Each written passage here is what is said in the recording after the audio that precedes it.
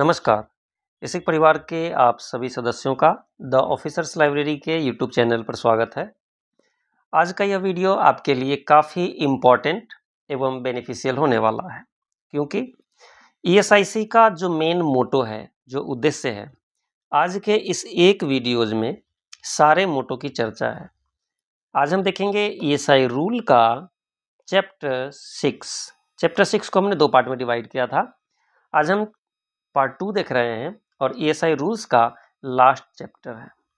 यहाँ ईएसआईसी के मोटो से संबंधित सारे बेनिफिट से रिलेटेड पॉइंट्स दिए गए हैं। आप यकीन मानिए, आपके एग्जाम में सबसे अधिक क्वेश्चन सिर्फ एक इस वीडियो से आने हैं। क्यों? क्योंकि ईएसआईसी का मकसद ही इस वीडियो में दिए गए रूल्स से पूरा होता है। हम ईएसआईसी के बेनिफिशियरीज को सुविधाएं प्रदान करते हैं, तो क्या क्या सुविधाएं उन्हें देते हैं, उन सारी सुविधाओं की चर्चा आज के इस एक वीडियो में होनी है। तो देखते हैं पहला रूल्स। पहला है रूल 55। रूल 55 सिकनेस बेनिफिट की बात करता है। जैसा कि आपको पता है, ईएसआईसी हमारा जो लोगो है अपने आप में पंचदीप है, तो 5 मुख्य बेनिफिट को दर्शाता है। तो आज हम देखते हैं पहला सिकनेस बेनिफिट। सिकनेस बेनिफिट में देखते हैं कि उसके एलिजिबिलिटी क्या है, कौन कौन से आईपीज हमारे एलिजिबल होते हैं जिन्हें सिकनेस बेनिफिट मिलता है। पहला एलिजिबिलिटी का है 78 डेज इन करस्पॉन्डेंस कंट्रीब्यूशन पीरियड। 78 डेज का मतलब 78 डेज उनके वर्किंग होने चाहिए, वर्किंग काम किए होने चाहिए। कब? करस्पॉन्डिंग कंट्रीब्यूशन पीरियड में। कंट्रीब्यूशन पीरियड आपको पता है 6 महीने का कंट्रीब्यूशन पीरियड होता है, फिर नेक्स्ट 3 मंथ के गैप के बाद उनका बेनिफिट पीरियड स्टार्ट होता है। इसकी चर्चा हम ऑलरेडी ईएसआई एक्ट के चैप्टर्स में कर चुके हैं। तो यहाँ सबसे पहले करस्पॉन्डिंग कंट्रीब्यूशन पीरियड के बेनिफिट पीरियड में बेनिफिट लेने के लिए 78 डेज मिनिमम वर्किंग होने चाहिए, तब वो आईपी एलिजिबल हो जाता है सिकनेस बेनिफिट लेने के लिए। दूसरा, वेटिंग पीरियड क्या है? वेटिंग पीरियड कहता है no benefit is paid for the first 2 days, यानी पहले 2 दिन के लिए नहीं दिए जाएंगे। किस केस में? Of sickness if it follows a previous sickness spell with in 15 days of the last benefit payment. यानी पिछले 15 दिन में यदि दोबारा से वह बीमार पड़ा है तो पहले 2 दिन के लिए उन्हें बेनिफिट नहीं मिलता है। यह वेटिंग पीरियड होता है।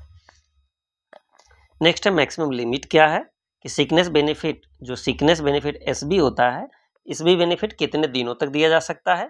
तो यह मैक्सिमम 91 डेज के लिए दिया जा सकता है। किसमें? 2 कंसेक्यूटिव बेनिफिट पीरियड्स में, यानी 2 कंसेक्यूटिव बेनिफिट पीरियड में 91 डेज से अधिक सिकनेस बेनिफिट नहीं दिया जाएगा। नेक्स्ट, फर्स्ट टाइम एम्प्लॉयज के लिए क्या है? If an employee has a shorter contribution period, यानी 2 कंट्रीब्यूशन पीरियड उसका पूरा ही नहीं हुआ, यानी less than 156 days, they qualify if contribution were payable for at least half the available working day. That means कि टोटल पीरियड यदि पूरा नहीं हो पाता है, ऐसे में यदि टोटल वर्किंग उनकी 100 दिन ही हो पाती है, तो 100 में से यदि उन्होंने हाफ द अवेलेबल डेज यानी 50% यानी 50 दिन भी उनका कंट्रीब्यूशन आया है, तो हम उसे सिकनेस बेनिफिट प्रदान करते हैं। तो ये था हमारा रूल 55 सिकनेस बेनिफिट। आपने देखा इसमें लगभग प्रत्येक पैराग्राफ के प्रत्येक लाइन में कोई ना कोई फैक्ट है, और ये सारे फैक्ट आपके एग्जाम पॉइंट ऑफ व्यू से काफ़ी इंपॉर्टेंट है। हमने यहाँ जो भी अंडरलाइन या राउंड किया है, ये सारे कहीं ना कहीं इस एग्जाम में पूछे गए हैं या पूछे जाने की पूरी संभावना है। नेक्स्ट देखते हैं, इसमें मैटरनिटी बेनिफिट में एक्सेप्शन क्या है? यदि किसी बीमित महिला को मातृत्व लाभ प्राप्त हो रहा है, इस लाइन का मतलब आप ये समझें कि यदि किसी महिला को मातृत्व लाभ प्राप्त हो रहा है, दैट मीन्स कि वो लीव पर है। कितने दिनों के लिए? 26 वीक के लिए। यदि वो छुट्टी पर है, तो आप सोच सकते हैं कि यदि जिस ड्यूरेशन में ये छुट्टी पर है, अब जब ज्वाइन करेगी तो आगे इस पीरियड में बेनिफिट नहीं मिलेगा। क्यों नहीं मिलेगा? क्योंकि जिस बेनिफिट पीरियड में उसे बेनिफिट लेने हैं उसके पहले वाले कंट्रीब्यूशन पीरियड में वो तो एब्सेंट थी। किस कारण से? Due to maternity leave. तो इनके लिए एक्सेप्शन बनाए गए हैं। एक्सेप्शन क्या है वो देख लेते हैं एक बार। ये जो हमने आपको बताया यहाँ पर, यह नॉर्मल फिनोमेना के लिए मैंने बताया। अब देखते हैं कि एक्सेप्शन क्या दिया गया है कि इस तरह के दिक्कतें उन्हें न आए इसके लिए। और इस कारण से उस अंशदान अवधि में जिसमें मातृत्व लाभ आता है उसे कम अंशदान अवधि उपलब्ध होती है, तो वह संबंधित लाभ अवधि में बीमारी लाभ का दावा करने के लिए तब योग्य होगी जब उस अंशदान अवधि में कार्य करने के लिए उपलब्ध दिनों में से कम आधे दिनों के लिए उसके संबंध में अंशदान दिया था। अब आप समझ गए होंगे कि जैसे यह एक उसका लीव पीरियड हो गया, आगे उसे इस पीरियड में बेनिफिट चाहिए तो हम देखेंगे कि इनका कंट्रीब्यूशन पीरियड कौन सा था। यदि कंट्रीब्यूशन पीरियड इस बीच में आता है तो यहाँ पर जितने दिनों का वर्किंग डेज होना चाहिए, वर्किंग डेज का 50% भी यदि उन्होंने वर्क किया है और उनका अंशदान देय था तो उन्हें सिकनेस बेनिफिट भी आगे दिया जाएगा। ये था हमारा रूल 55, सिकनेस बेनिफिट से रिलेटेड एलिजिबिलिटी। वेटिंग पीरियड हमने देखा, मैक्सिमम देखा कि 91 डेज तक मिल सकता है। फर्स्ट टाइम एम्प्लॉय के लिए देखा कि आधे दिन का कंट्रीब्यूशन होना चाहिए। सेम मैटरनिटी बेनिफिट में एक्सेप्शन हमने देखा कि मिनिमम 50% डेज वाला, और बेनिफिट रेट क्या होता है 70%। एलडीसी यूडीसी तक मैक्सिमम यही क्वेश्चन पूछ लिए जाते हैं कि सिकनेस बेनिफिट का रेट क्या होता है, तो तय रेट का 70%। नेक्स्ट है रूल 56। रूल 56 मैटरनिटी बेनिफिट से है। हमने अभी क्या देखा? रूल 55 सिकनेस बेनिफिट हमने देखा। अब 56 मैटरनिटी बेनिफिट है। नेक्स्ट देखते हैं रूल 56 मैटरनिटी बेनिफिट से संबंधित प्रावधान क्या करता है। एलिजिबिलिटी फॉर मैटरनिटी बेनिफिट हमने पीछे भी देखा। एलिजिबिलिटी क्या था सिकनेस के लिए? 78 days in corresponding contribution period. यहाँ एलिजिबिलिटी क्या है वो देख लेते हैं।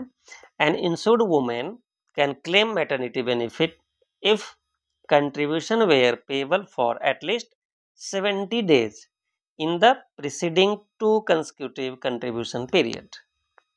यहाँ क्या है? 2 कंसेक्यूटिव कंट्रीब्यूशन पीरियड और नंबर ऑफ डेज 70। ये 2 क्राइटेरिया है यहाँ पर एलिजिबिलिटी के लिए। और देख लेते हैं ड्यूरेशन क्या होगा मैटरनिटी बेनिफिट का। Entitled to receive benefit for 26 week. ये आपके एग्जाम पॉइंट ऑफ व्यू से जो मैं राउंड कर रहा हूँ ये काफ़ी इंपॉर्टेंट है, पक्का आपको यहाँ से क्वेश्चन देखने को जरूर मिलेंगे। इसमें क्या है? एक कंडीशन लगाया गया है, out of which not more than 8 week should be precede the expected date of child birth.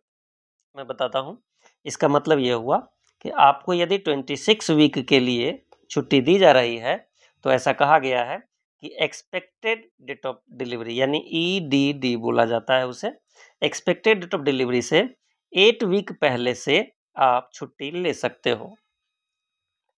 यह क्राइटेरिया बनाया गया इसका। Next, if the insured women dies during delivery और पोस्ट डिलीवरी पीरियड, क्या होगा इसमें? ये तो आपने देखा कि 8 वीक पहले से लीव पर जा सकते थे। अब एक कंडीशन है यहाँ पर, यदि किसी इंश्योर्ड वुमेन का डेथ हो जाता है, कब?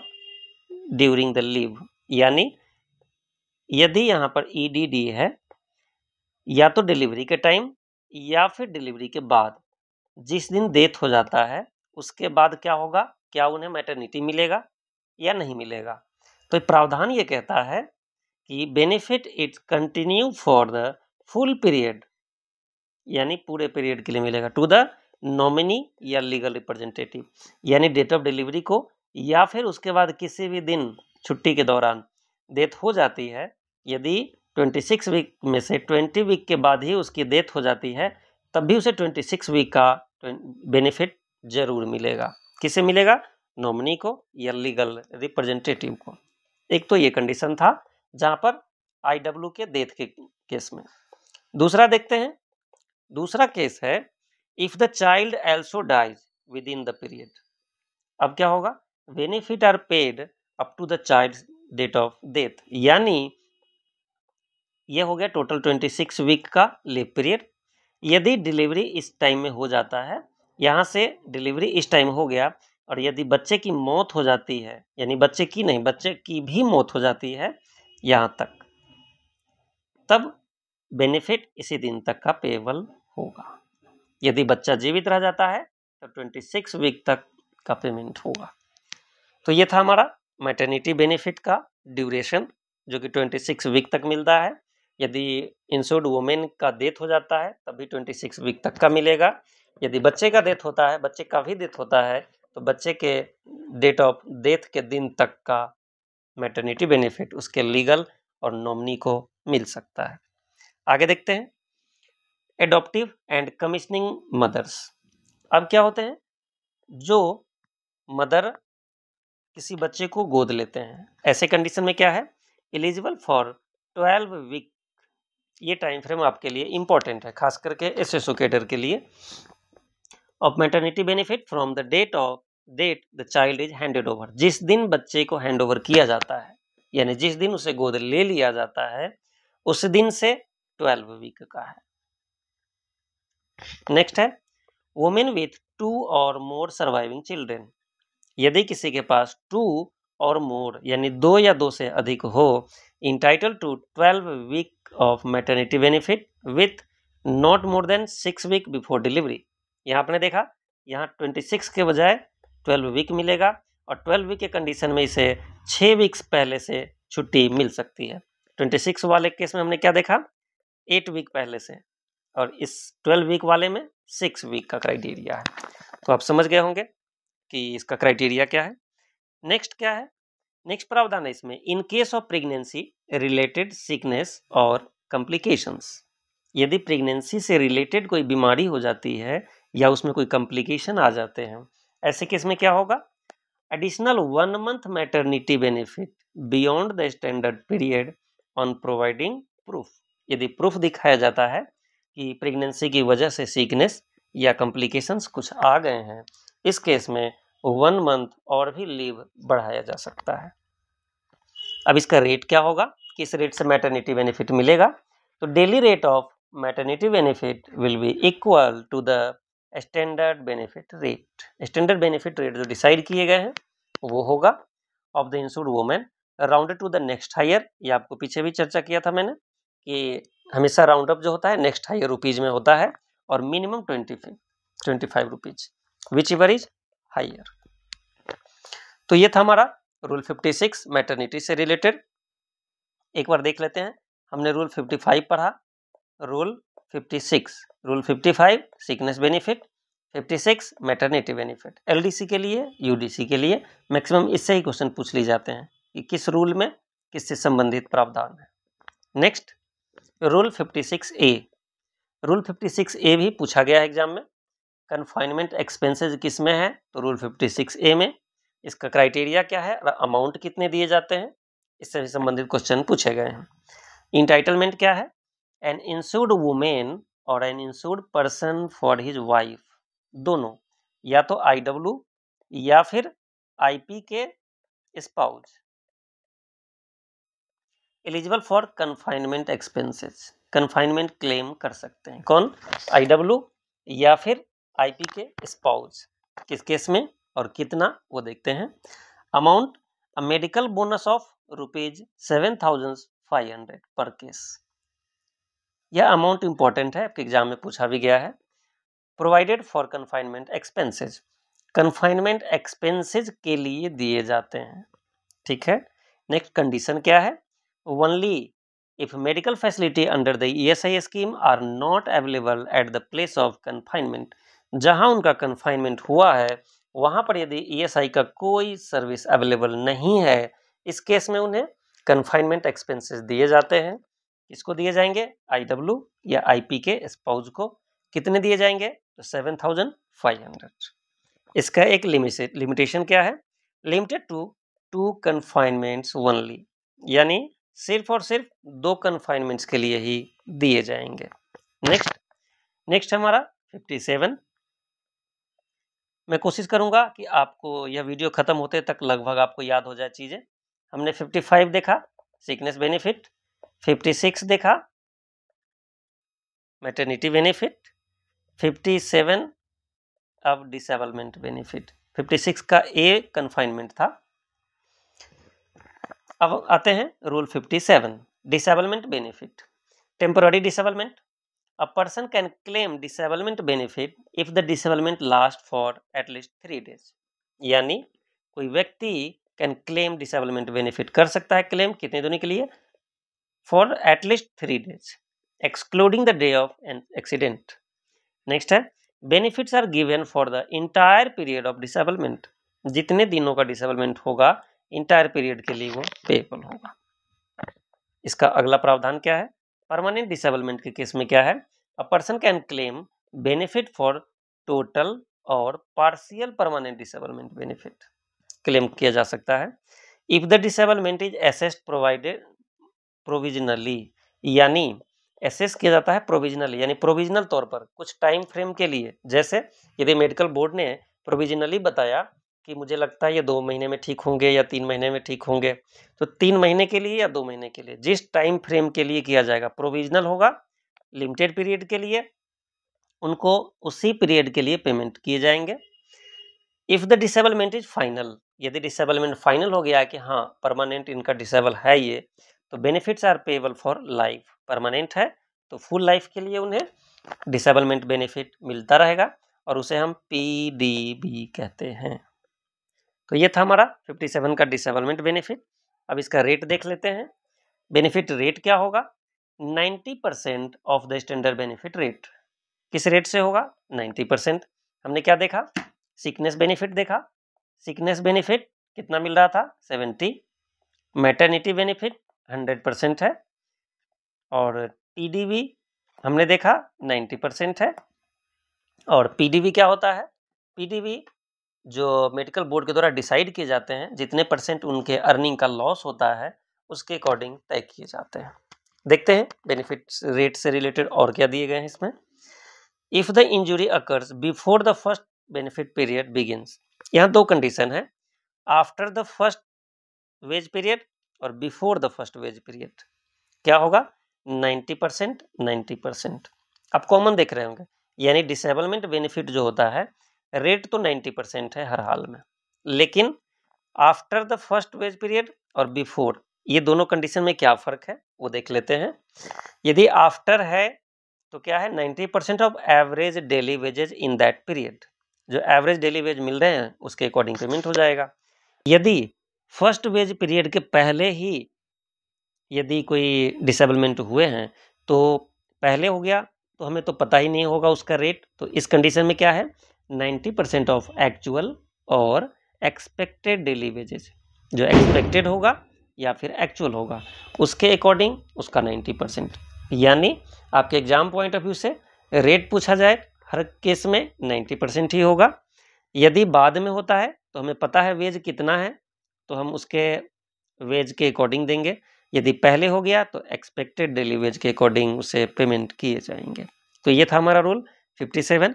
57 में हमने उसके सारे प्रावधानों को देख लिए, रेट भी देख लिया। अब देखते हैं 58।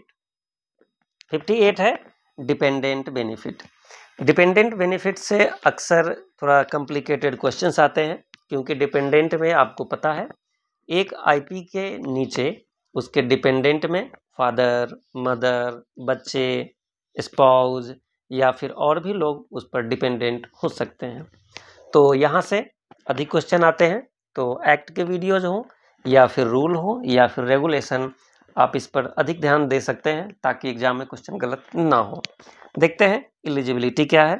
To the dependents of an insured person who dies due to the employment injury. अब आप ये देख रहे हैं लास्ट 2018 के एग्जाम में सेम इसी लाइन से क्वेश्चन पूछा गया था कि डिपेंडेंट बेनिफिट किस कंडीशन में मिलता है, क्या उसके नेचुरल डेथ पर है, क्या उसके एम्प्लॉयमेंट इंजरी के बेस पर होता है। तो इस तरह से यहाँ से क्वेश्चन पूछे गए थे। तो सबसे पहला क्वेश्चन का जवाब आपको यहाँ मिल गया कि इंश्योर्ड पर्सन का डेथ होना चाहिए और किस वजह से, तो एम्प्लॉयमेंट इंजरी की वजह से। अब ये एम्प्लॉयमेंट इंजरी क्या होती है हम एक्ट के चैप्टर्स में देख चुके हैं ऑलरेडी। इसके बाद क्या है, payment to widow, children and widowed mother. अब देखते हैं कि इनको मिलेगा तो किस रेट से मिलता है। विडो को receive 3/5 of full rate for life और अंटिल रीमैरेज, यानी यदि कोई आईपी का डेथ हो जाता है तो उसकी विधवा जो रहेगी, या तो जब तक वो शादी न कर ले या फिर वो जब तक जीवित रहे, ये दो कंडीशन है। इस दो कंडीशन में मिलेगा। कितना मिलेगा, तो जो फुल रेट होता है उस रेट का 3/5 उसे डिपेंडेंट बेनिफिट के तौर पर मिलेगा। If there are multiple widows, यानी किसी की दो विधवा हैं, दो पत्नी थी तो दो विधवा होंगे, the amount is divided equally, यानी 3/5 का दोनों में इक्वली डिस्ट्रीब्यूशन होगा। नेक्स्ट, लेजिटिमेट एडॉप्टेड सन के केस में क्या है, रिसीव 2/5, यानी विडो को 3/5 और एडॉप्टेड या लेजिटिमेट सन को 2/5 मिलेगा। नेक्स्ट, कब तक मिलेगा, अंटिल 25 ईयर ऑफ एज, 25 साल तक मिलेगा, लेकिन उसके लिए क्राइटेरिया है। नॉर्मली तो 18 ईयर्स तक मिलता है, लेकिन क्राइटेरिया है continues for life if the son is infirm and fully dependent. Next, legitimate adopted unmarried daughter. क्या देखा हमने, अनमैरिड डॉटर की बात है, अनमैरिड है यानी मैरिज तक तो उसे मिलेगा। Receive 2/5 of the full rate, continues for life if inform and fully dependent, जब तक वो फुल्ली डिपेंडेंट होंगे, इनफर्म है तो उसे मिलता रहेगा 2/5। नेक्स्ट, विडोड मदर के केस में क्या है, विडोड मदर के केस में रिसीव 2/5 मिलता है if the total benefit exceed, यानी टोटल बेनिफिट उससे अधिक हो जाता है फुल रेट का, पेमेंट्स आर प्रोपोर्शनेटली रिड्यूस्ड, उसी अनुपात में सब में से थोड़े थोड़े अमाउंट कम हो जाएंगे, क्योंकि उसी फुल रेट में से सबको देना है, सारे डिपेंडेंट को देना है। नेक्स्ट देखते हैं इसका, पेमेंट टू अदर डिपेंडेंट, जैसे इफ नो विडो, चाइल्ड और विडोड मदर एग्जिस्ट, यानी कोई विडो भी ना हो, चाइल्ड भी नहीं हो, विडोड नहीं हो, तो क्या होगा, ऐसे पेरेंट को भी मिल सकता है, मिलता है। अदर देन विडोड मदर और ग्रैंड पेरेंट्स क्या होगा, रिसीव 3/10 ऑफ फुल रेट, इनको 3/10 मिलता है। नेक्स्ट है अदर डिपेंडेंट में, मेल डिपेंडेंट को 18 ईयर्स तक मिलता है, फीमेल को 18 ईयर्स ऑफ एज और मैरिज, यानी उनके शादी तक या 18 साल तक। इफ विडोड अंटिल 18 ईयर्स और रीमैरिज, तो ये कंडीशन है। If multiple dependents exist the amount is equally divided, यदि एक से ज़्यादा डिपेंडेंट होंगे तो उस तरह से आपस में डिस्ट्रीब्यूशन हो जाएगा।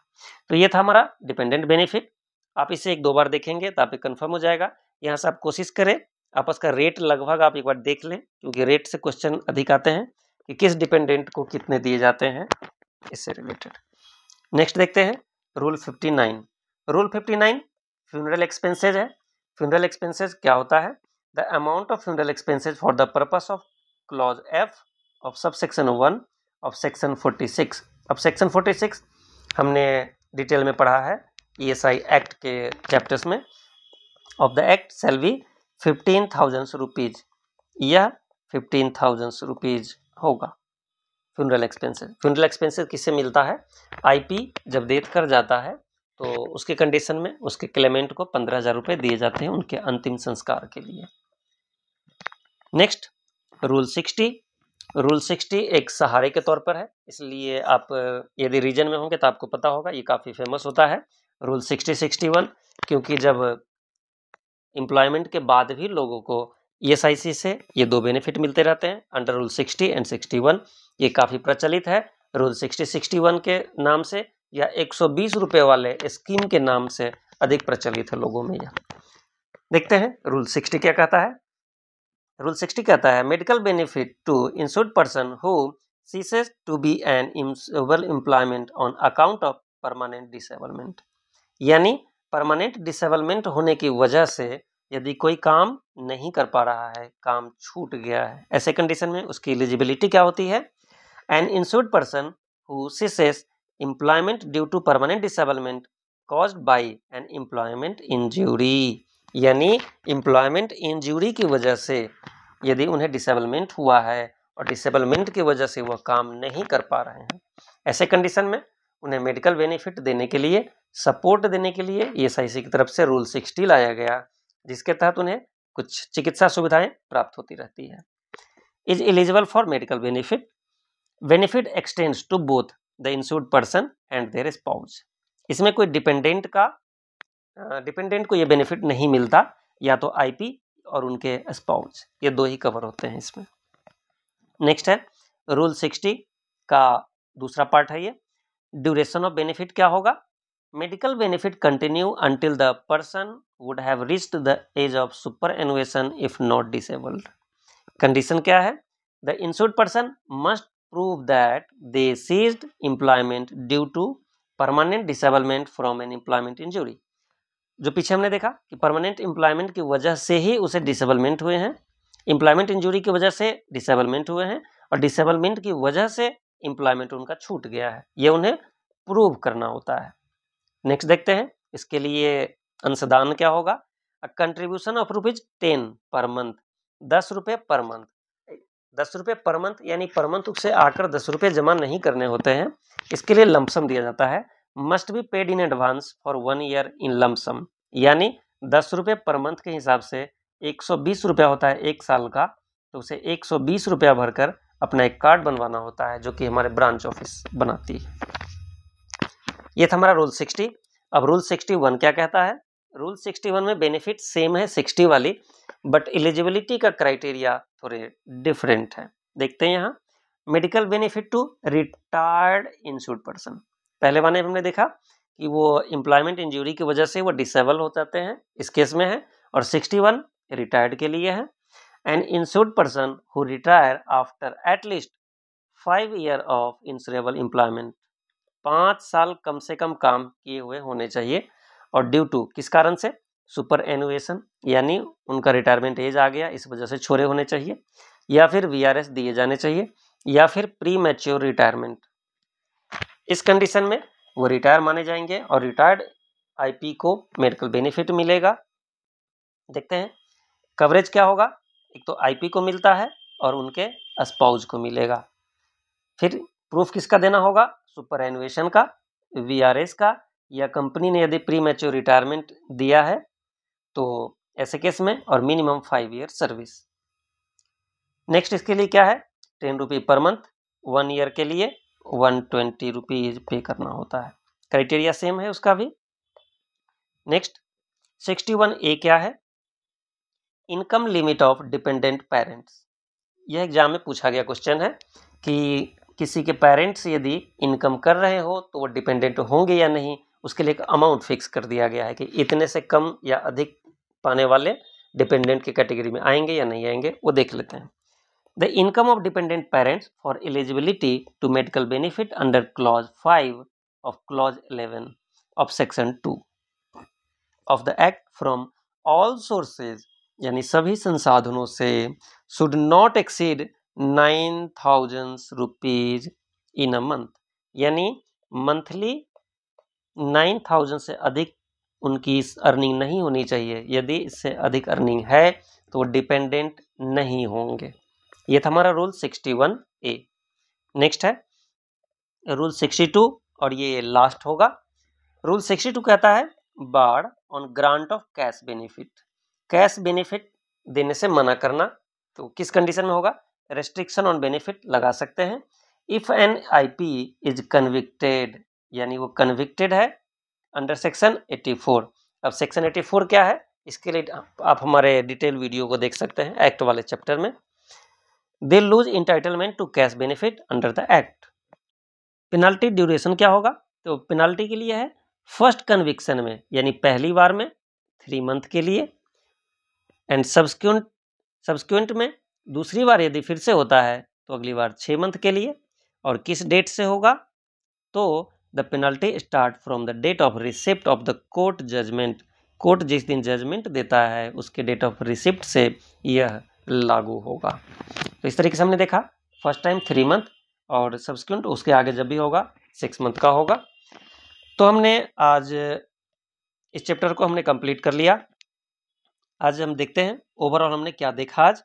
ओवरऑल हमने सारे आज बेनिफिट कवर कर लिए। यहाँ से मैक्सिमम क्वेश्चन पूछे जाने की संभावना है। जितने भी हमने यहाँ राउंड किए हैं मैक्सिमम उतने फैक्ट को आप 1 से 2 बार देखेंगे तो आपको याद हो जाएगा। कोशिश करें आप इसके नोट्स बना लें। यदि आप नहीं भी बनाते हैं तो नोट्स हमारी तरफ से प्रोवाइड करा दिए जाएंगे बाद में। तो हमने देखा रूल 55 क्या था, सिकनेस बेनिफिट। फिर 56 हमने देखा मैटरनिटी बेनिफिट। 56 का ए भी हमने देखा था, वो था कन्फाइनमेंट। फिर हमने देखा 57, रूल 57 क्या था, डिसेबलमेंट बेनिफिट था। फिर हमने देखा 58, वो डिपेंडेंट बेनिफिट था। यहाँ डिसेबलमेंट है और यहाँ डिपेंडेंट है, दोनों अलग अलग चीजें हैं। 59 हमने क्या देखा था, फ्यूनरल देखा था। और 60, 61 की चर्चा तो हमने अभी किया है। ये दोनों मेडिकल बेनिफिट है। तो इस तरह से हमारा आज ESI रूल्स का सारा चैप्टर समाप्त हुआ। फिर हम आपसे मिलेंगे नेक्स्ट वीडियो में। अब लेकर आएंगे आपके साथ हम एक्ट हो चुका है और रूल्स हो चुके हैं। अब इस दोनों के बाद अब आपके लिए देखते हैं आपकी तरफ से जैसे डिमांड आएंगे फिर उस तरीके से आपके लिए रेगुलेशन लेके आ सकते हैं। फिर SSO के लिए कुछ और भी हैं, FR, GFR, CCS रूल्स इत्यादि है। कुछ हमारे तरफ से आपके पास रिवीजन के भी कुछ आएंगे, कुछ MCQ आएंगे। तो इन चीज़ों में से देखते हैं प्रायोरिटी बेसिस पर। फिर मिलेंगे आपसे अगले वीडियो में। Thank you.